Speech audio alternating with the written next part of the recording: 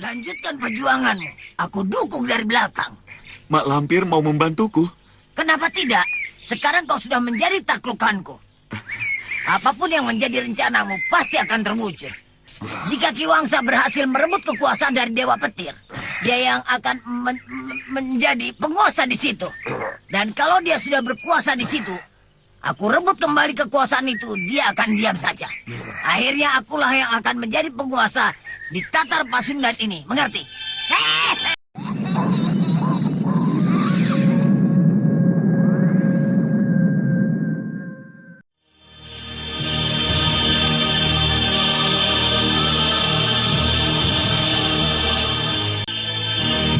Siapa? Ki Wangsa. Tidak ada yang mengikuti. Yakin sekali.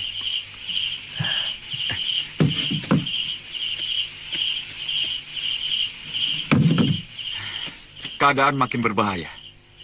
Dewa Petir telah menyebarkan telik sandinya di mana-mana.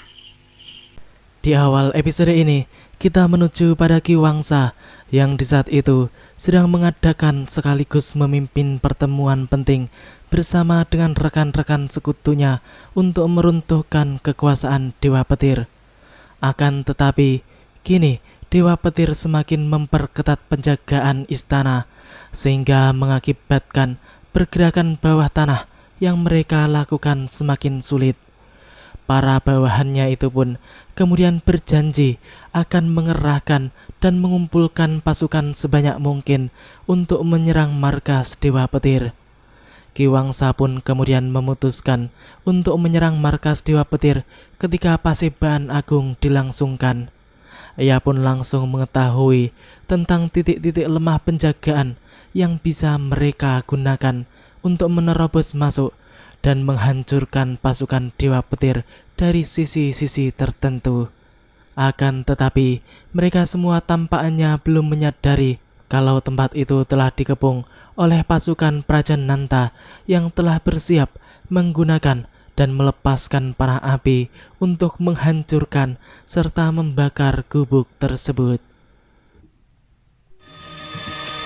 Celaka, kita sudah dikepung Pasukan Dewa Petir. Ya, apa yang harus kita lakukan, Ki?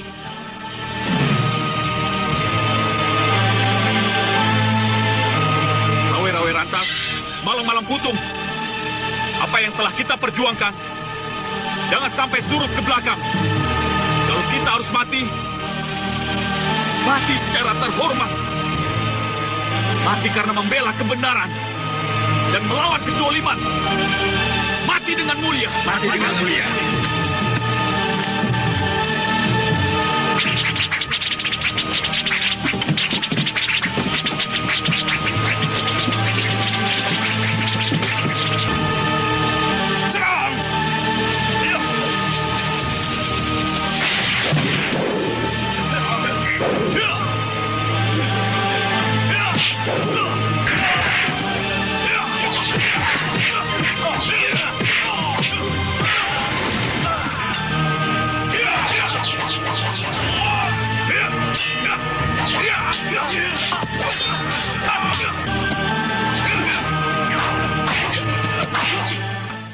Ki Wangsa pun tampak mengamuk menghancurkan pasukan Prajananta satu persatu, sedangkan pasukannya sendiri juga habis di tangan Prajananta.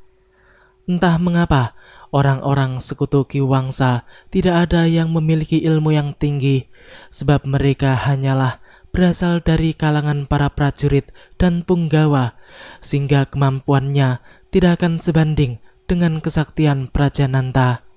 Apalagi kemudian muncullah dua setan dari utara yang kemudian dengan mudah menghabisi sisa-sisa sekutu Ki Wangsa yang masih bertahan hidup. Orang-orang itu sebenarnya berniat baik untuk meruntuhkan kerusakan yang dilakukan oleh Dewa Petir, sebab mereka selama ini sebenarnya sudah tidak setuju dengan kekejian Dewa Gadungan tersebut yang sangat meresahkan tanah Cirebon. Kini Ki Wangsa pun telah berhadap-hadapan dengan Prajananta. Apa yang kau tahu tentang Dewa Petir? Manusia yang haus darah itu. Lancang kau, Wangsa. Beraninya kau menghina ketua. Ketua? Berjiwa iblis kau panggil ketua? Dia tidak pantas dijadikan pemimpin.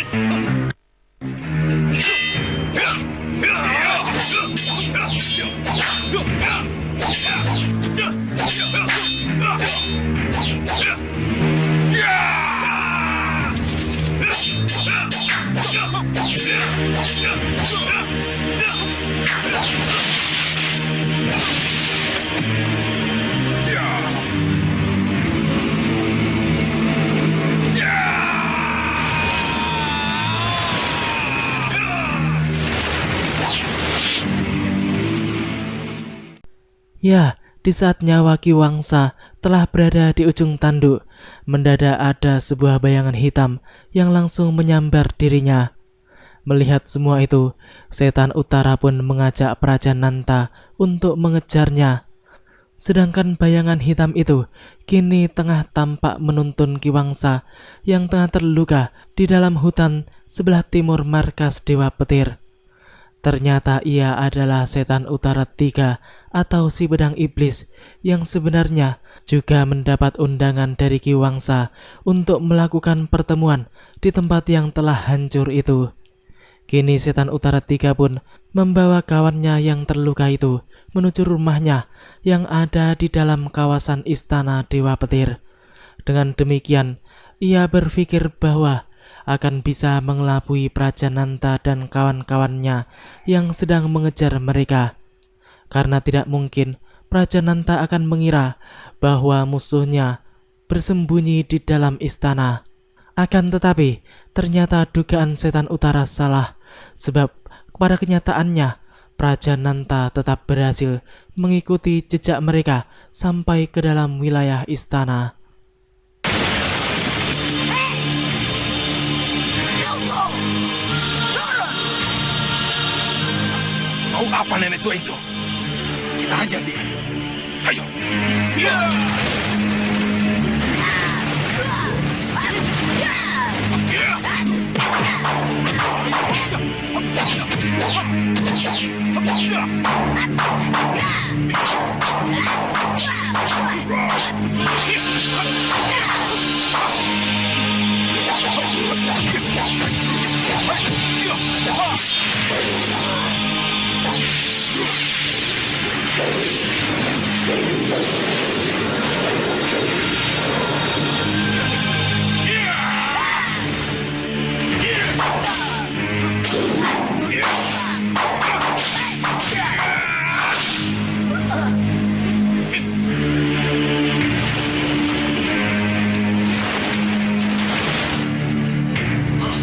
Berhenti!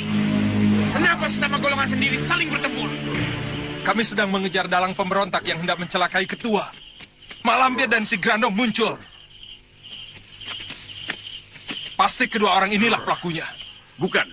Malampir baru saja dari tempatku. Aku yang menyuruhnya mencari pasukanmu supaya bisa membantu kalian. Pikir pakai otak. Masa aku yang memberontak pada ketua? Maafkan aku, Mak Lampir. Iya. Urusi mereka Malampir. Aku mau istirahat.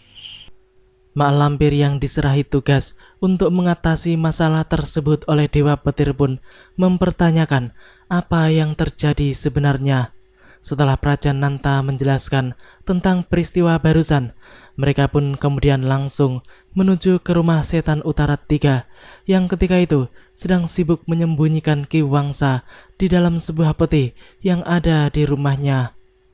Setelah semuanya beres, setan utara 3 pun membukakan pintu rumahnya dan ia pun berpura-pura terkejut melihat kedatangan orang-orang yang sangat dikenalnya itu.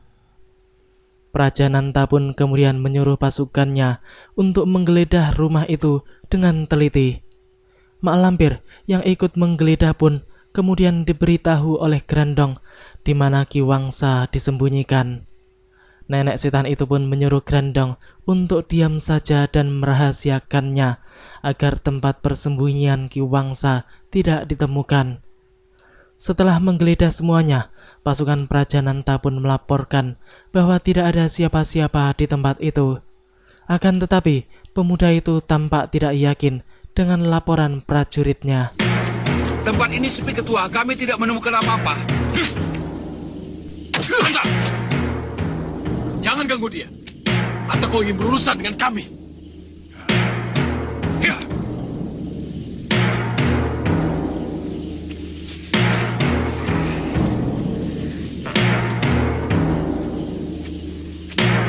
Paman,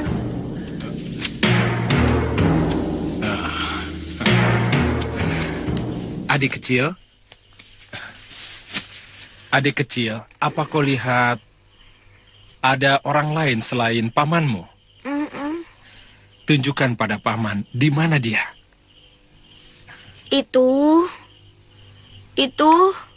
itu, dan ini orangnya. Bukan mereka yang paman maksud. Paman, Atau kau lihat pamanmu ini keluar? Hah? enggak. Dari tadi paman tidur bersamaku. Aku mimpi buruk. Jadi aku minta ditemani paman setan utara. Ya sudah, tidur. Pintar juga Tirta bersandiwara. Bocah kecil itu benar-benar membuat Prajananta mati kutu, sehingga tidak ada alasan lagi ia berada di tempat tersebut. Pemuda itu pun kemudian pergi ke tempat itu dengan terpaksa. Namun ia masih yakin kalau setan utara 3 itulah yang telah menyembunyikan Ki Wangsa. Dimas, jangan diambil hati.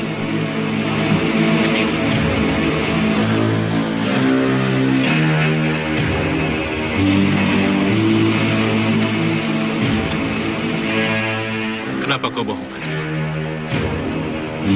Kau tahu aku menyembunyikan seseorang. Setelah pergi dari rumah setan utara 3, Prajananta dan pasukannya pun melihat ada sesosok bayangan hitam yang mereka anggap adalah buronan mereka.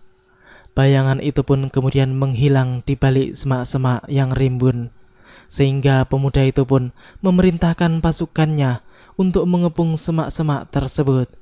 Akan tetapi, ketika mereka mendekati semak-semak itu, mereka semua pun terlempar seperti dilemparkan oleh tangan-tangan raksasa. Mak Lampir pun kemudian memberitahukan bahwa orang itulah topeng hitam yang akan mencelakakan Dewa Petir. Melihat pasukannya hancur berantakan, Prajananta pun kemudian menyuruh 2 setan utara untuk menghadapi topeng hitam yang sebenarnya adalah jelmaan Kalagondang tersebut. Mak Lampir sengaja menyuruh Grandong melakukan hal demikian untuk mengadu domba antara Dewa Petir dan topeng hitam yang asli.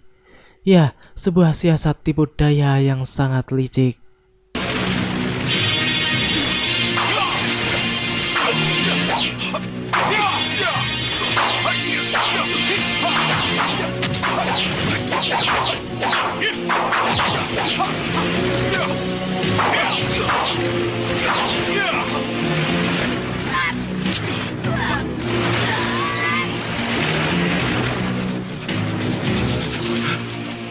Kaulah penyebab topeng hitam kabur.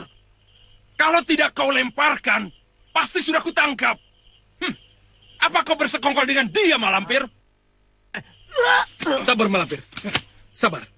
Omongan Prajananta tidak pakai nalar. Jangan diladeni. Besok kita lapor pada ketua. Hah?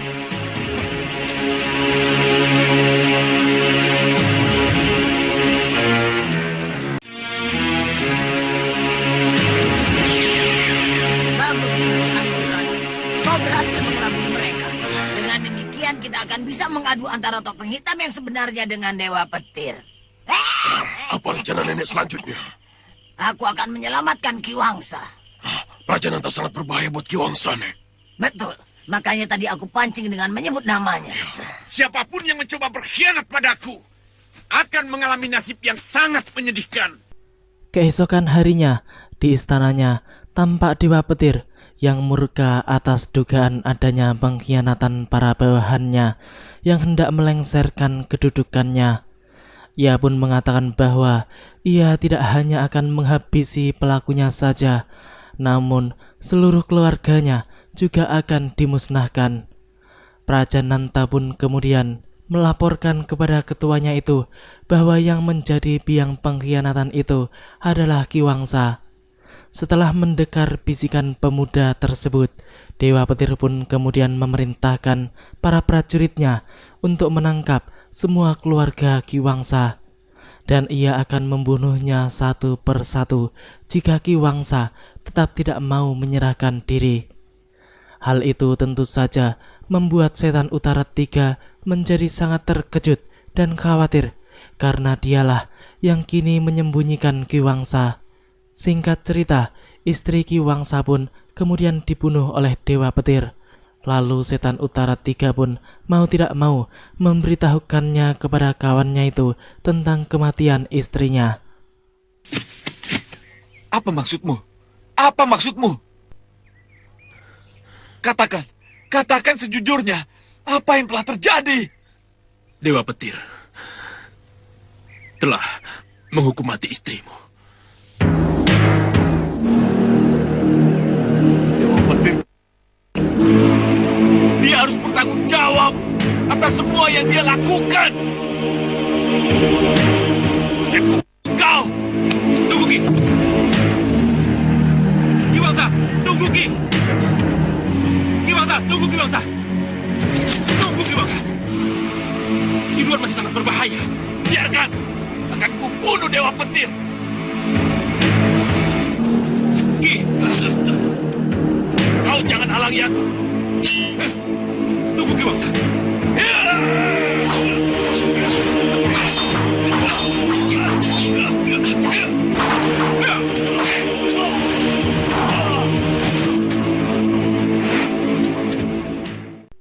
Mau tidak mau, kini Setan Utara 3 pun harus meringkus Ki Wangsa agar tidak menjadi korban Dewa Petir selanjutnya. Sebab akan percuma saja ia menghadapi Dewa Gadungan tersebut, karena kemampuan kawannya itu sama sekali tidak sebanding dengan orang yang akan dilawannya. Mereka hanya akan menyerahkan nyawanya saja. Kini kita menuju ke dalam istana, di mana pada saat itu tampak Mak Lampir yang sedang mengadu domba topeng hitam dengan Dewa Petir. Nenek setan itu pun menceritakan peristiwa semalam ketika topeng hitam menghancurkan pasukan Prajananta. Kata-kata hasutan Mak Lampir benar-benar membuat Dewa Petir marah.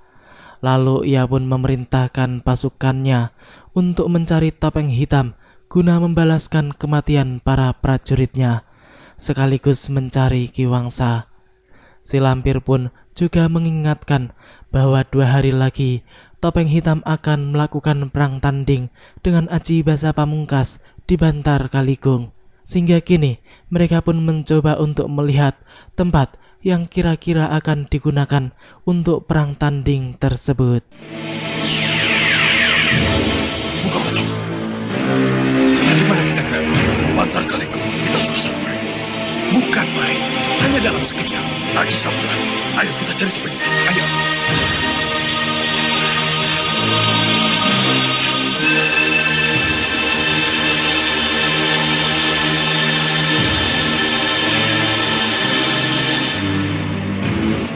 Berarti benar pertarungan akan diadakan di sini, Grano. Mungkin.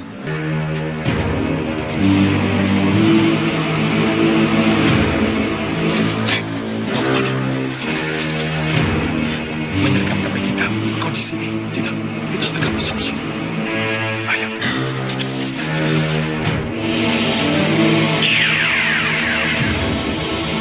Buka mata kalian.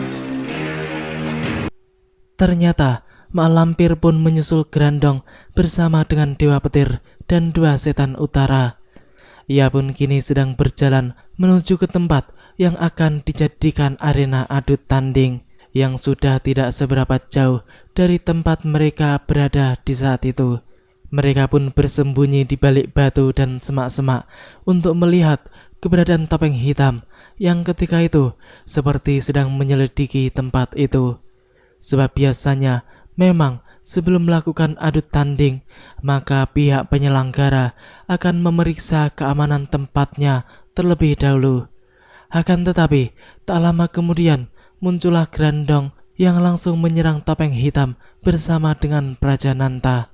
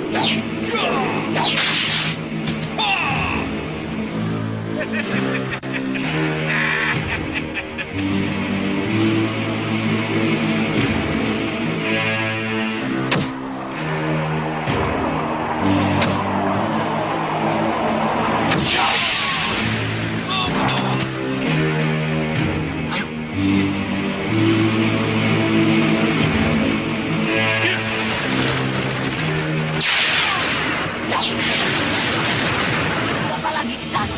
Ayo kita bertindak sebentar. Dengan melihat gerak silatnya, kita akan tahu kebutuhan dari perempuan mana. Terlalu lama. Nanti dia keburu kabur. Ayo.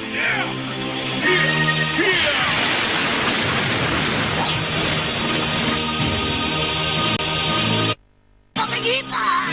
Jangan! Tangkap dia hidup-hidup!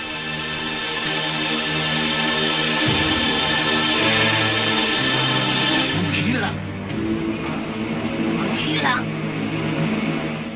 Mak Lampir dan Dewa Petir pun sangat terkejut melihat topeng hitam yang sudah mereka kepung itu tiba-tiba saja menghilang dari pandangan. Dua setan utara pun juga terkejut dan mengumpat kesal karena lawannya itu sangat sakti dan bisa menghilang. Hal itu menjadi tanda tanya besar bagi mereka semua. Apa topeng hitam bisa menghilang? Aneh. Aku juga baru mengerti sekarang kalau topeng hitam bisa menghilang. Apakah sebelumnya topeng hitam tidak pernah menghilang? Tidak. Aku belum pernah melihat dia menghilang. Kita pulang dulu. Selasa Kliwon kemari lagi. Kiai! Ada apa kalau Gondang? Bagaimana? Pekerjaanmu berhasil? Berhasil, Kiai. Ternyata yang menjadi topeng hitam barusan adalah Kala Gondang atas perintah Kiai Jamas. Sebagaimana yang telah diceritakan di episode sebelumnya, bahwa dengan menyamar sebagai topeng hitam, Kiai Jamas pun menyebar warta palsu untuk mengelabui Mak Lampir dan kawan-kawannya tentang perang tanding yang akan dilaksanakan oleh topeng hitam dan Aji Basa Pamungkas. Waktunya memang sama, namun tempatnya berbeda, dan pertarungan itu bukan dilakukan di Bantar Kaligung, melainkan di tempat lain, agar orang-orang golongan hitam tidak ikut campur. Setelah Kala Gondang menyelesaikan ceritanya, Kiai Jamas pun memberi tugas kepada Kiai Basari untuk menuju tempat sembara guna meminta bantuan atas permasalahan berat yang sedang mereka hadapi itu. Ajaklah Kiai Jabat, Kiai. Temui sembara dan pinjamlah cemeti amal rasuli untuk beberapa waktu lamanya.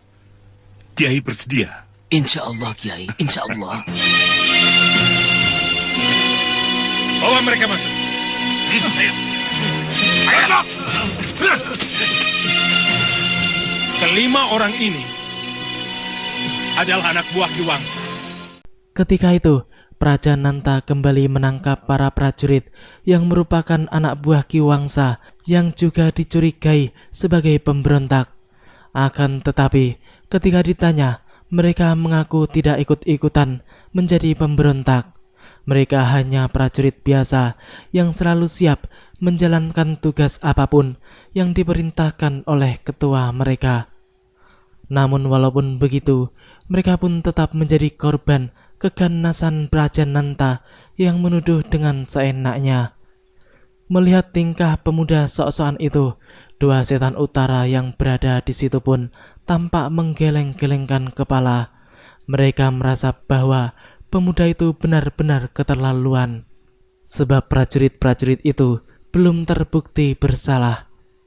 Tak lama kemudian muncullah setan utara 3 yang mencoba untuk nego kepada Dewa Petir apakah orang-orang itu benar-benar bersalah ataukah tidak. Akan tetapi hasilnya pun sama, orang-orang itu tetap harus dihukum mati atas kesalahannya. Dewa Gadungan itu pun kemudian memerintahkan seluruh bawahannya untuk menangkap Ki Wangsa yang sampai saat ini masih belum mereka temukan. Kini kita menuju pada rumah setan utara 3, di mana pada saat itu Tirta pun menghampiri Ki Wangsa yang sedang dibelenggu oleh ayah angkatnya. Apa yang kau lakukan? Kau ingin membunuhku? Ah!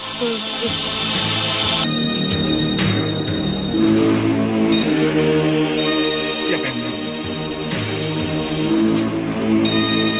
Tidak ada, aku tidak tega. Paman diperlakukan secara kejam.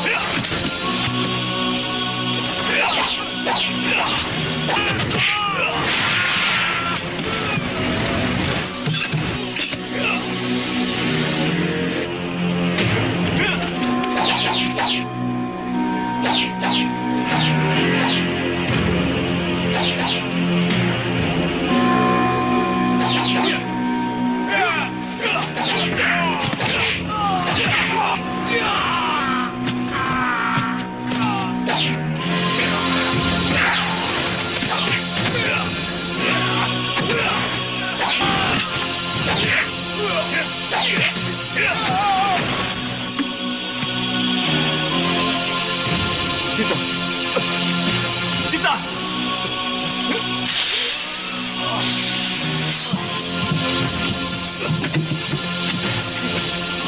Sita!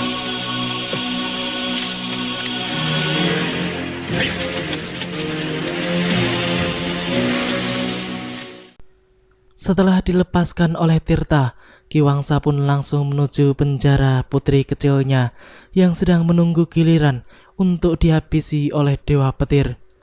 Kini ia pun cepat-cepat menyelamatkan anaknya itu setelah menghabisi prajurit-prajurit yang mengepungnya. Akan tetapi, ketika hendak keluar dari dalam ruangan penjara tersebut, mendadak muncul Praja Nanta bersama pasukannya yang langsung menghadang dirinya.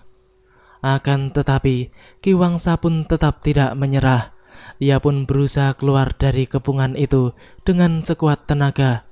Lalu ia lari dengan kecepatan penuh untuk keluar dari istana terkutuk tersebut. Setelah berada di luar, Praja Nanta dan para pasukannya pun kembali menghadangnya, sehingga mau tidak mau, ia pun harus kembali melayani penghadangnya tersebut terlebih dahulu. Praja Nanta pun sempat juga diajarnya dengan pukulan jarak jauh.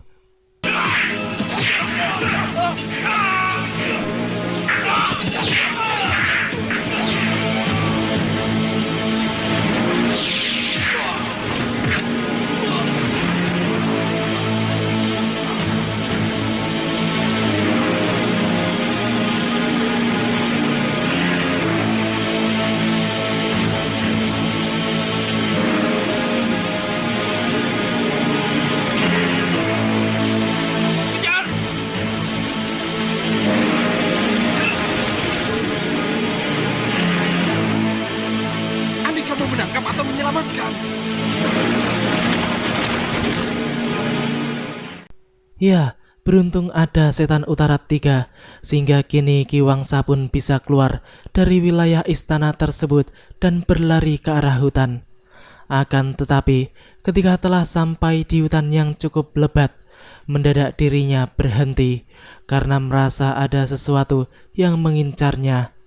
Ya, memang benar, sebenarnya tempat itu telah dikepung oleh pasukan Dewa Petir. Ki Wangsa pun kemudian meletakkan anaknya di batang pohon. Sepertinya gadis itu sudah tampak sangat lemas dan lemah. Mendadak di tempat itu sudah bermunculan pasukan Dewa Petir, sehingga mau tidak mau Ki Wangsa pun harus melawan mereka semua. Setelah menghabisi prajurit-prajurit tersebut, dari segala penjuru kemudian muncul prajurit-prajurit yang lain. Bahkan mereka dipimpin oleh Dewa Petir sendiri dan juga Setan Utara 3 yang kemudian segera mengambil tindakan cepat untuk menyelamatkan kawannya itu secara halus.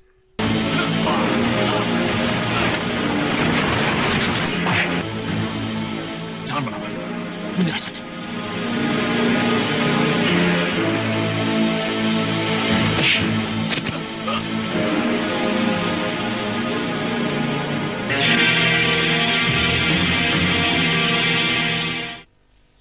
Aku benar-benar sudah mempercayaimu, Ki Wangsa.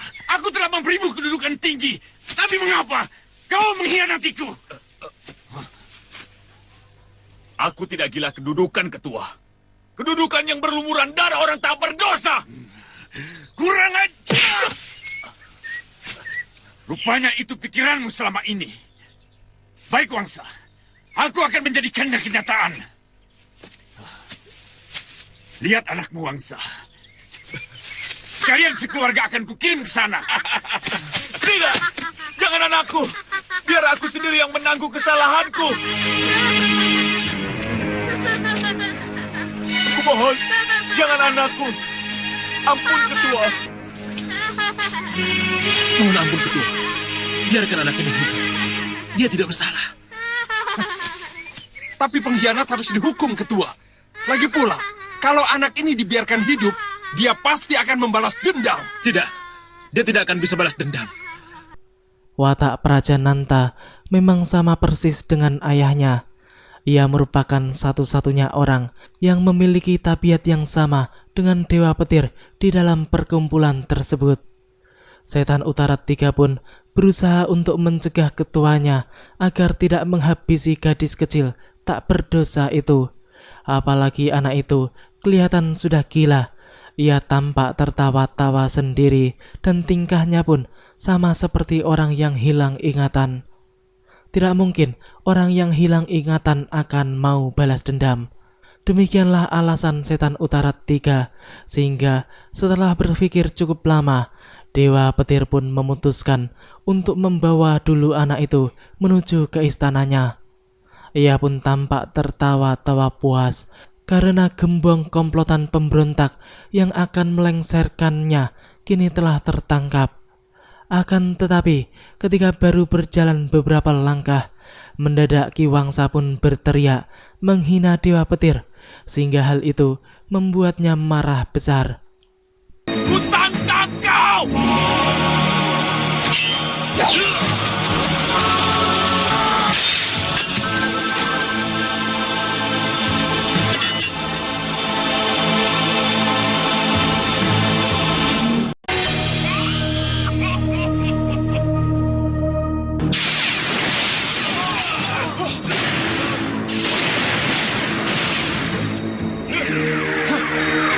Mana Ki Wangsa?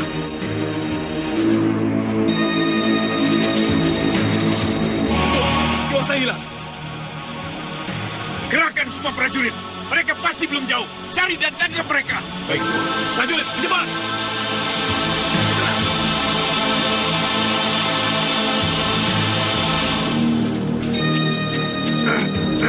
Aku datang.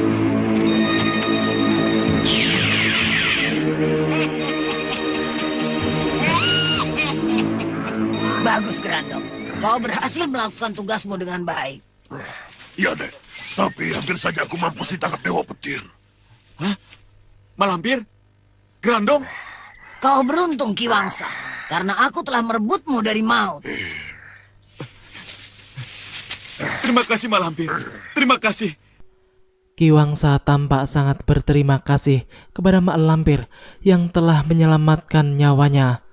Lalu nenek setan itu pun menyuruhnya untuk cepat-cepat pergi dari tempat tersebut sebelum orang-orang Dewa Petir datang ke tempat itu dan berhasil menemukannya. Si Lampir pun mengatakan bahwa ia tidak akan bisa menolong lagi jika pasukan Dewa Petir kembali menangkap dirinya. Setelah orang itu pergi dari tempat tersebut, si Grandong pun mempertanyakan mengapa neneknya melepaskan Ki Wangsa begitu saja. Untuk apa mereka menolong orang tersebut? Si Lampir pun kemudian menjawab bahwa ia sengaja melepaskannya agar orang itu merasa berhutang nyawa kepadanya, sehingga suatu saat ketika mereka membutuhkan bantuan, maka pasti Ki Wangsa akan mau membantu ataupun menolong mereka. Apa kerja kalian? Mengejar satu orang saja tidak becus. Kau akan membayar dosa ayahmu. Tahan, Ketua. Jika Ketua membunuh anak ini, maka Ki Wangsa dan komplotannya semakin merajalela. Tapi, jika anak ini di tangan Ketua, Ki Wangsa tidak berani macam-macam. Bagus juga saranmu. Masukkan anak itu ke penjara. Jaga dengan pengawalan ketat.